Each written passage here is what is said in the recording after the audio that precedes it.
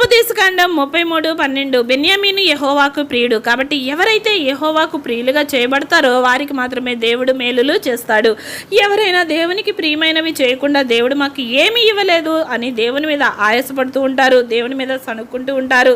కానీ దేవుడు హృదయపూర్వకంగా ఎవరికైనా దుఃఖమైనను విచారమైనను కలుగు చేసేవాడు కాదు. కానీ మనం ఎలా ఉన్నామంటే నయోమిలాగా ఉన్నాము. నయోమి కూడా ఇలాగంటుంది, సర్వశక్తుడైన దేవుడు నాకు దుఃఖము కలుగు చేశాడని. నిజముగా చూస్తే దేవుడు కలుగు చేశాడా?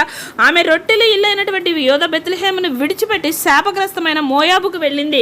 ఆమె జీవితము ఆమె చేతులారా అలా చేసుకుంది. కానీ దేవుడి మీద నీవు సణుగు కొనుక ఆయనకి ఇష్టమైనవిగా నీవు జీవించినట్లయితే కీర్తన 37:25లో నీతిమంతులు విడవబడ్డట కానీ వారి సంతానము భిక్షమెత్తుడు కానీ నేను చూచి ఉండలేదు అంటున్నాడు. ఈ వాగ్దానం దేవుడు నీకు ఇవ్వబోతూ ఉన్నాడు.